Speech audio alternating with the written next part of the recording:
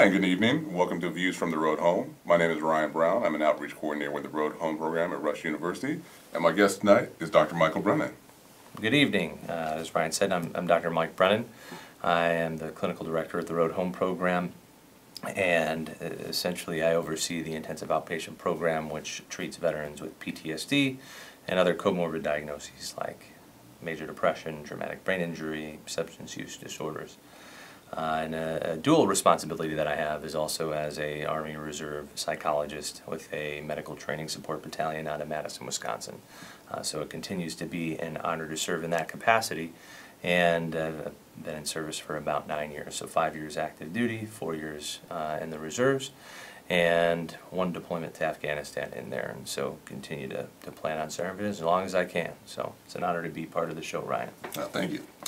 Tonight we're going to talk about PTSD. What is PTSD? A lot of times you hear a lot of stuff about PTSD, like, I heard this politician talk, now I have PTSD. I took my finals, now I have PTSD. Apparently everybody has PTSD, but tonight we're going to talk about what really is PTSD, how does it occur, how do people get diagnosed with it, how is it treated, and so forth. First question is, Mike, what is PTSD? What's the definition of this?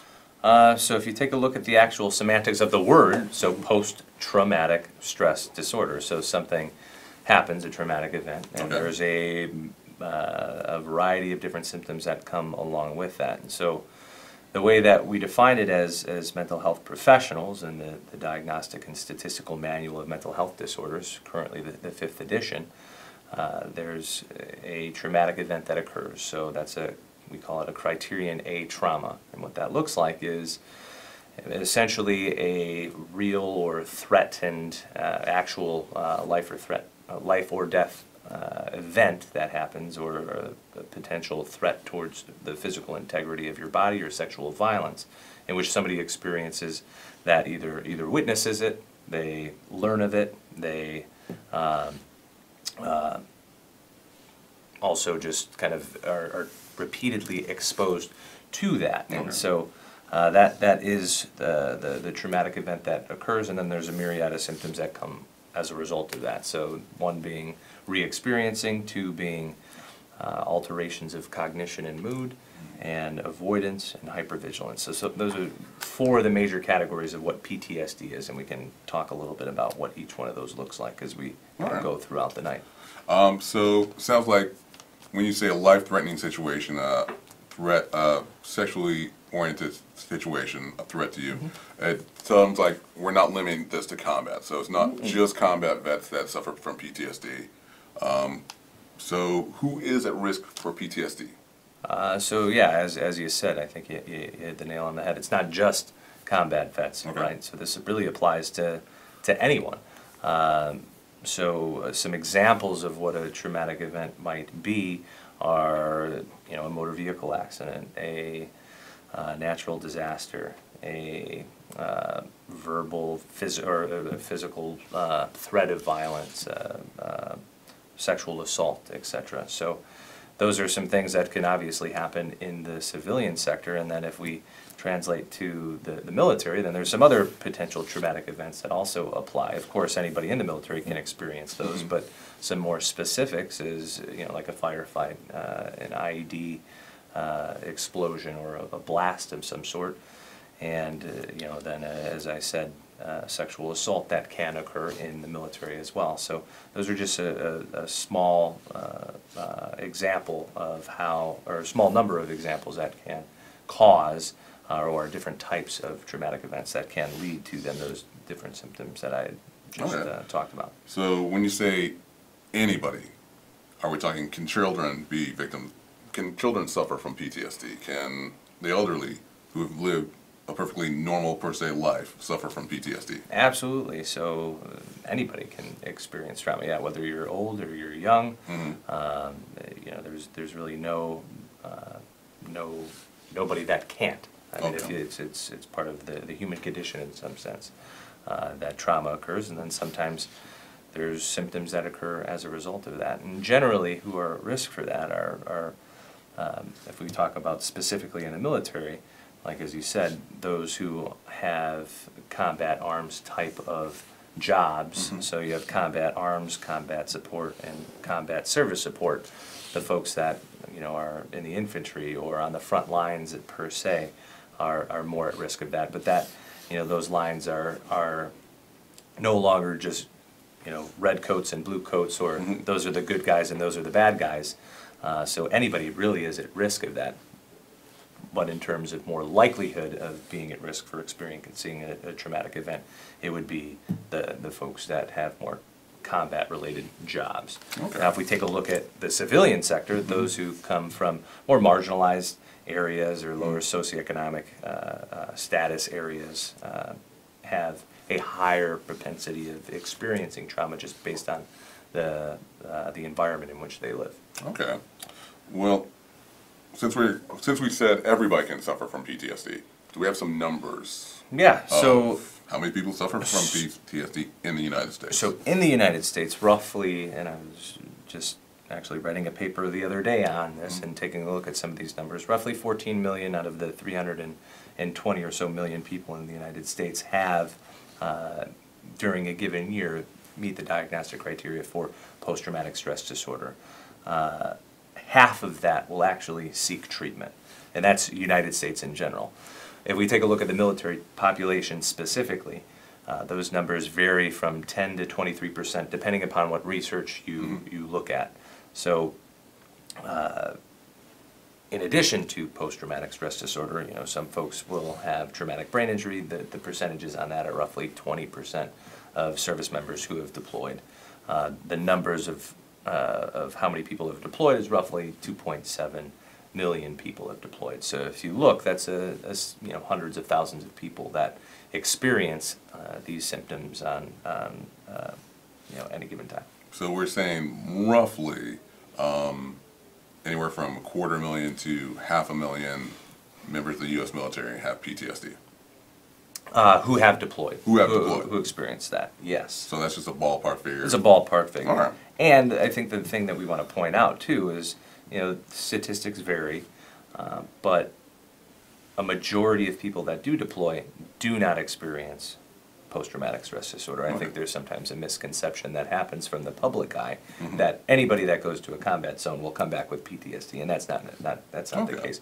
Most people will come back and naturally recover from being in a austere environment. All right, well, that makes sense. So we're going to play a little video for you, and the video is going to talk about a vet who had PTSD and some of the signs and symptoms. And Mike, if you can kind of comment on this after the video's done. Sure. All right. Yeah. Where'd my video go?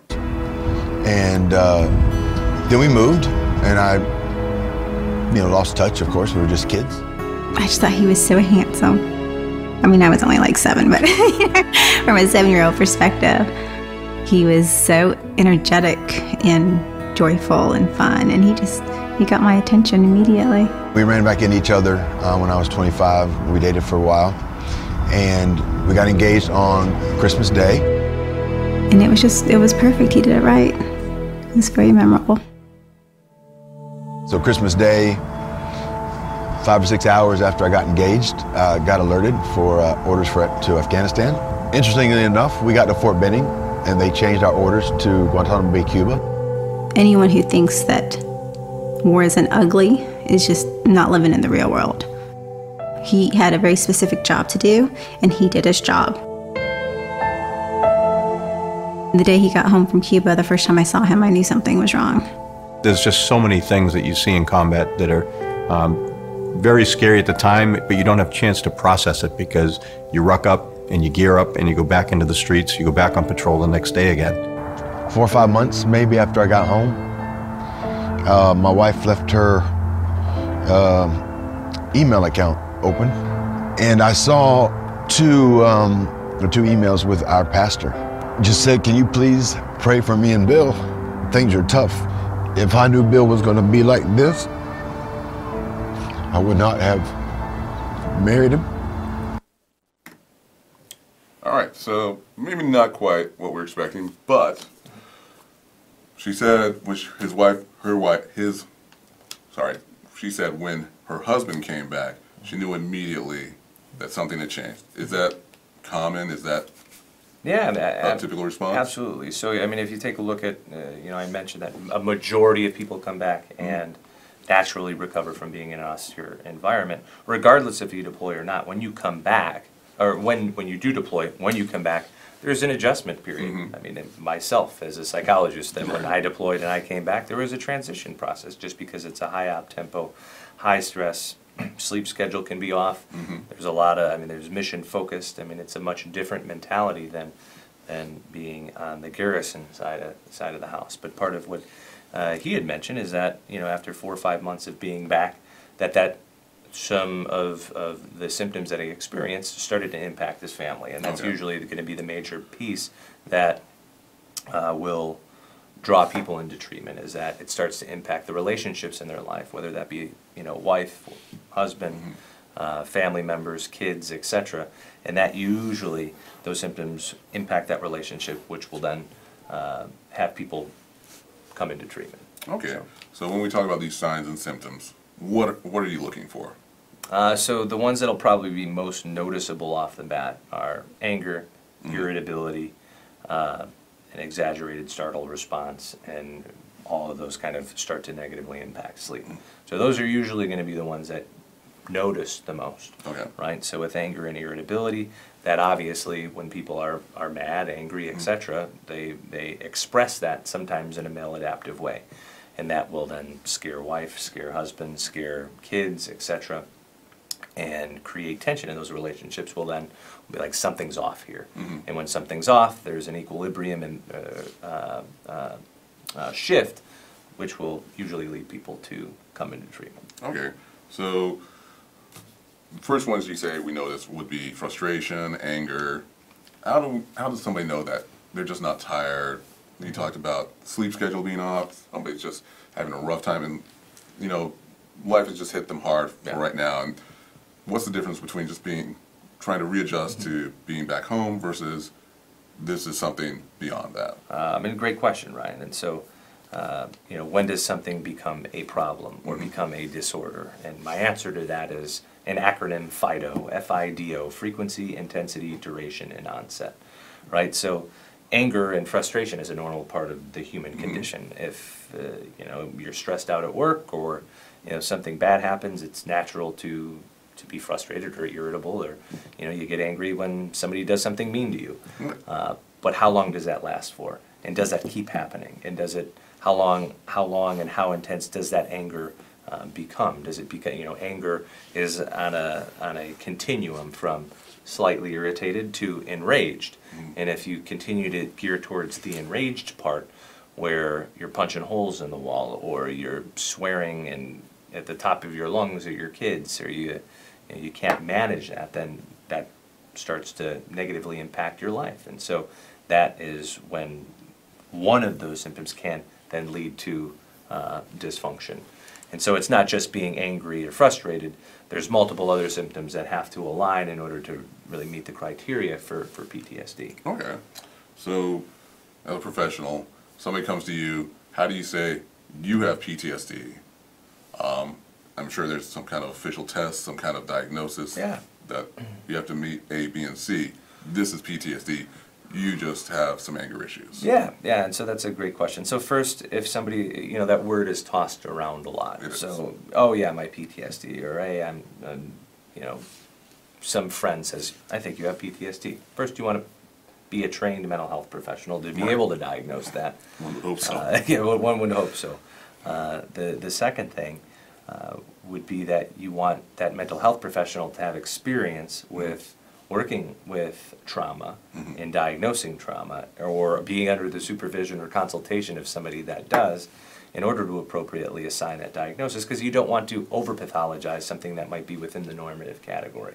So what I mean by that is, so a big part of my job within the military was to understand the culture, and I wouldn't diagnose people with PTSD unless it was significantly severe in a deployed setting, because they were still in that a dangerous environment, and so it would more fall under the umbrella of military operational stress reaction. you don't want to stunt the natural recovery process when somebody redeploys back home by slapping a diagnosis on them that would otherwise be a normative reaction to anybody that would go into that particular Okay. situation.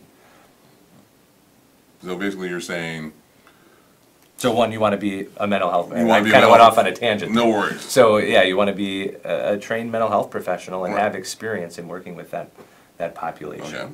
So those would be the main two. But there's a variety of different measures that you can assign. Just self-report that you would essentially give a person that would be having some difficulty in any one of those different categories, and then they'd fill that out, and that would kind of give you a read of, going back to the frequency, intensity, and severity of those symptoms, and then that would give you a good read of whether they meet the criteria for re-experiencing category, or avoidance, or alterations of cognition and mood, or hypervigilance. okay.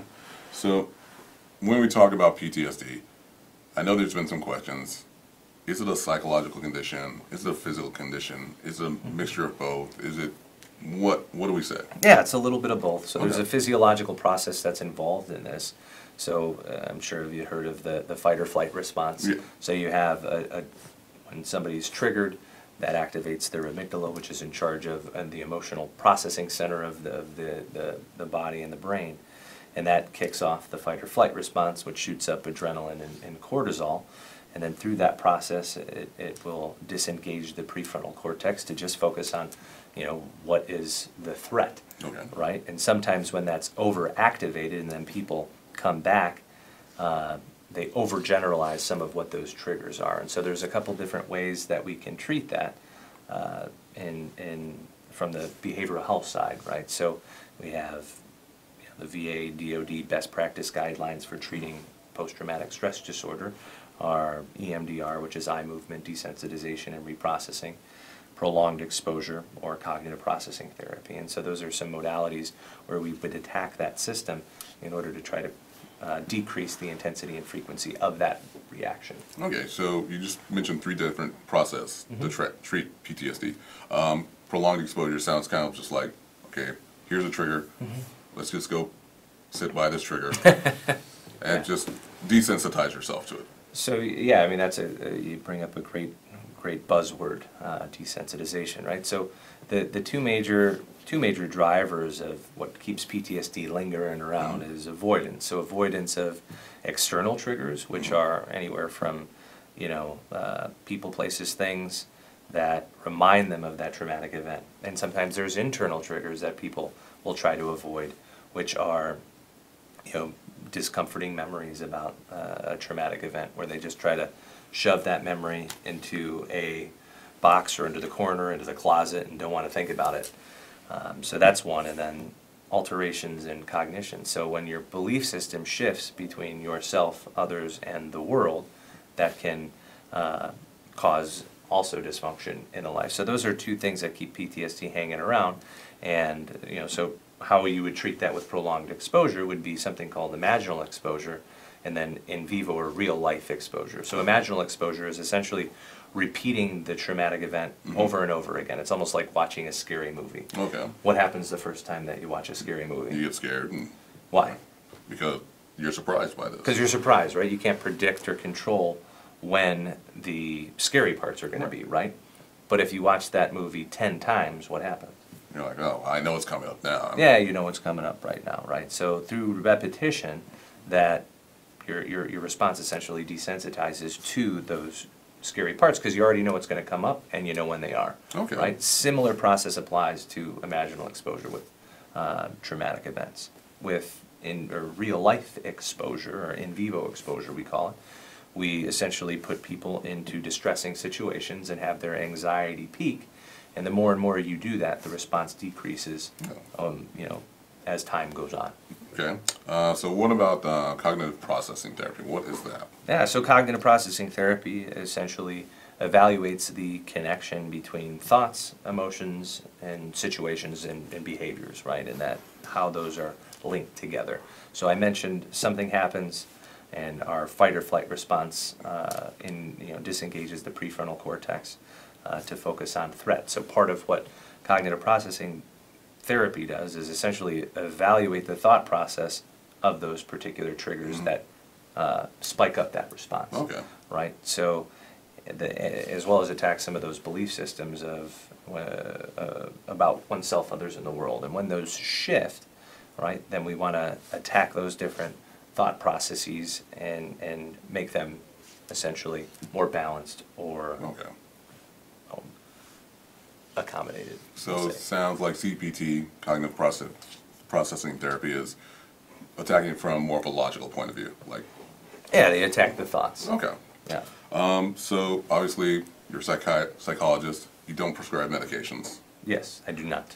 but do medications help with PTSD? Yeah, absolutely. So I think this can be a problem sometimes where people are just receiving medication and they're not receiving psychotherapy, Okay. right?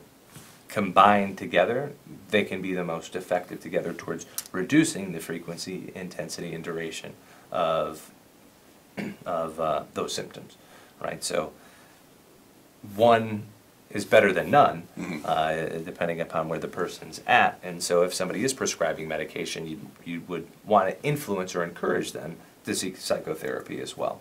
And if somebody is experiencing or engaged in psychotherapy and think you can benefit from medication, then multidisciplinary approach towards holistic care is definitely an avenue that will best put that patient on a trajectory for a successful path. All right.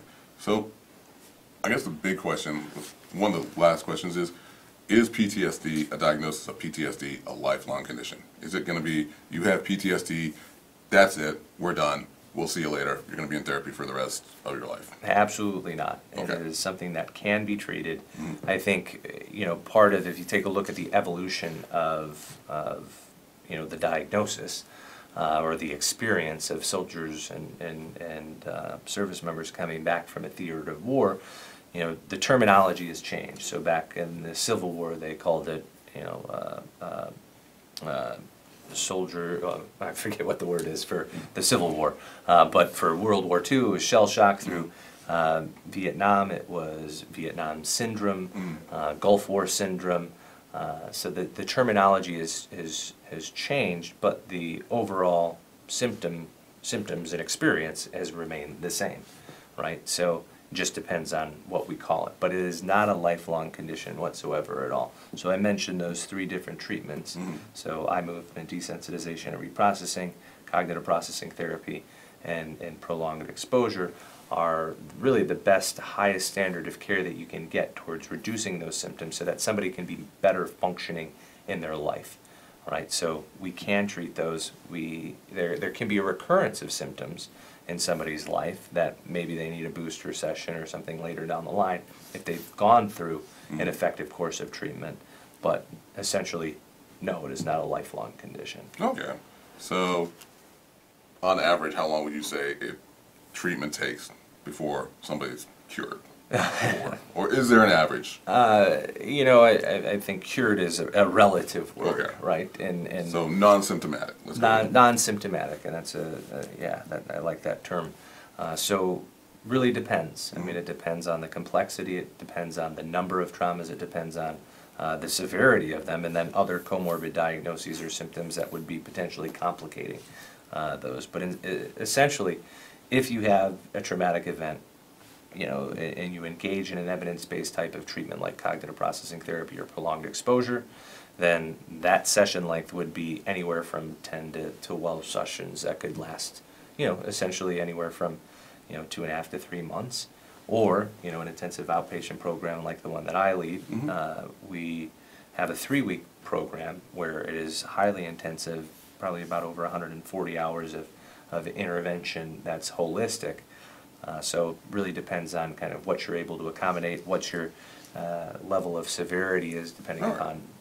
Sorry, Mike, I got to cut you off. Okay, fair enough. I can keep All right, talking. folks, thank you for joining us tonight. We're going to be back next month. Next month, we're going to talk about traumatic brain injuries. Traumatic brain injuries here on the Road Home program. We're also going to talk with Dr. Dana, what's Dana's last name? Rosado.